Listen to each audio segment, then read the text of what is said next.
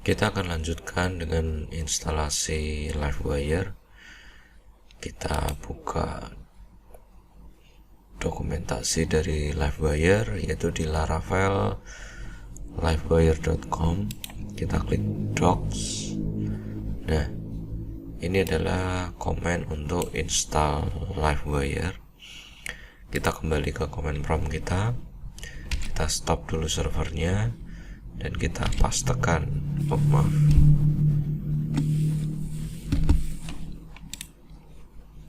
kita copy composer require Livewire, dan kita paste di sini dan tunggu sampai proses instalasi selesai. Tentu saja membutuhkan koneksi internet.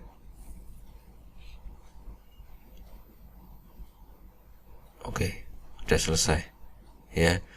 Di tahap ini Laravel dan Livewire sudah terinstall dengan baik. Mari kita lihat struktur folder dengan Visual Studio Code. Kita kembali ke folder project, kemudian klik di sembarang tempat dan open with code. Ini adalah tampilan Visual Studio Code di mana tempat kita ngoding nantinya. Jadi Visual Studio Code ini adalah IDE, Integrated Development Environment. Jadi silakan install jika belum diinstal di link ini. Sesuaikan dengan sistem operasi kalian. Kita kembali ke Visual Studio Code, di mana ini adalah struktur file dan folder dari Laravel. Ini adalah file-file yang dibutuhkan untuk Laravel dapat bekerja.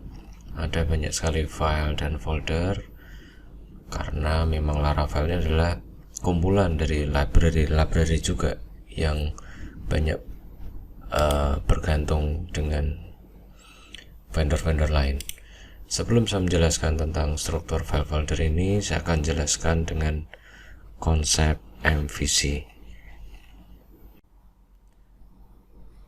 Saya akan jelaskan mengenai alur kerja MVC pada Laravel, yaitu pertama user akan melakukan request melalui browser dengan mengetikkan sebuah address atau alamat pada browser. Kemudian address tadi akan dicocokkan oleh router, di mana router ini berfungsi sebagai penghubung antara request dengan tindakan yang akan dilakukan oleh aplikasi. Jadi router ini ibarat map ya. Jadi misalkan user mengetikkan mau ke kota Solo, jadi router akan menyiapkan action untuk pergi ke kota Solo. Mau pergi ke kota Jakarta, jadi router ini akan menyiapkan semua hal yang dibutuhkan untuk ke kota Jakarta. Demikian kira-kira.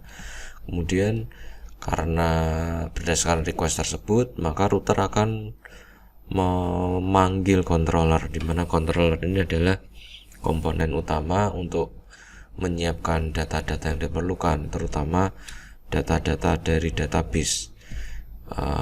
Controller ini bisa melakukan operasi CRUD pada database, yaitu create, read, update, dan delete. Jadi setelah data-data siap, maka controller akan mengirimnya ke bagian view. View ini adalah bagian user interface, di mana file-file scripting tentang HTML, CSS, atau Bootstrap yang akan dilihat oleh user ada di sini. Kemudian setelah semuanya siap, maka user akan mendapatkan apa yang dia request tadi. Dalam hal ini misalkan sebuah toko online ya. Jadi user ingin melihat sebuah produk-produk dari sebuah toko online, maka router akan menyiapkan tindakan, yaitu berupa controller yang akan mengambil data-data produk dari database. Kemudian data-data tersebut akan dikirimkan ke view dan akan ditampilkan ke hadapan user. Demikian kira-kira. Jadi setiap request akan berbeda-beda ya. Misalkan untuk melihat produk, mencari produk, atau menambah ke keranjang belanja, check out, dan lain sebagainya.